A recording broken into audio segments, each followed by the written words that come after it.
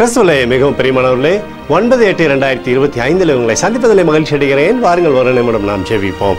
அன்பு தகப்பன், இன்றைக்கும் என்னுடைய பாதுகாப்புக்காய் ஜெபிக்கும்படி என் தேவனுடைய சமூகத்தில் வருகிறேன். என் தேவனுடைய நிறைவும் அன்பும் ஆசீர்வாதம் விடுதலும் என்னுடைய வாழ்க்கையிலிருந்து செயல்படும்படி நீர் செய்தல்லும்படியாக ஜெபிக்கிறேன். செல்லக்கூடிய இடத்திலெல்லாம் தெய்வீக மகிமையும் கிருபையும் ஆசீர்வாதமும் இவருடைய வாழ்க்கையில் கொடுங்கப்பா.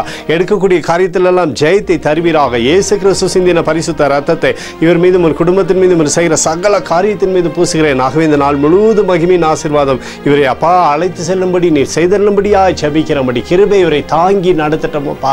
மத்தேயு 6:33 படி முதலாய் தேவனுடைய ராஜ்யத்தையும் நீதியும் தேடுங்கள், எல்லாம் கொடுக்கப்படும் என்று சொன்னீரே. ஆண்டவரே, இவருக்கு எல்லா ஆசீர்வாதத்தையும் தந்து இவருடைய பேரை நீங்க பெருமைப்படுத்துங்க. நன்மையினால இவருடைய வாழ்க்கையை திருப்தியாக்குங்க. இயேசுவின் நாமத்திலே ஒப்புக்கொடு ஜெபிக்கிறேன் நல்ல பிதாவே, ஆமேன். பிரியமான ஜெப பங்காளரே, ஒரு நிமிடம் நம்ம இந்திய தேசத்திற்காகவும் ஜெபிப்போம்.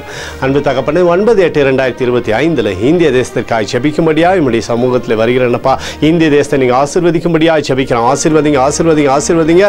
தேசமானது நன்மையை பார்க்கும்படி நீர் செய்தல்லும்படி ஜெபிக்கிறபடி கோலும் கைத்தறியும் தேசத்தை தேட்டுவதாக உடைய நிறைவானது தேசத்திலிருந்து அற்புதத்தை செய்யட்டும். உடைய கிருபையானது தேசத்தில் இருக்கட்டும் அப்பா. உடைய பிரகாசிக்கூடிய அன்பினால தேசத்தை மூடி மறைத்துக் கொள்வீராக.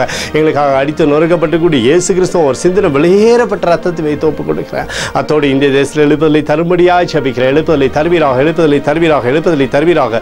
எழுப்புதலை எங்கள் கண்கள் பார்க்கும்படி நீர் ஆசீர்வதிக்கும்படி ஜெபிக்கிறேன். நேற்றும் இன்றும் என்று மாறாதவராகிய இயேசுவின் நாமத்திலே ஒப்புக்கொடு ஜெபிக்கிறேன் நல்ல பிதாவே, ஆமேன். பிரியமான ஜெப பங்காளரே, ஆண்டவர் நம்மளுடைய ஜெபத்தை கேட்டிருக்கிறார். இந்த நாள் முழுவதும் கர்த்தராகிய இயேசு கிறிஸ்துக்குள் நீங்கள் வளரும்படி உங்களை வாழ்த்தி ஆசீர்வதிக்கிறேன். ஆமேன்.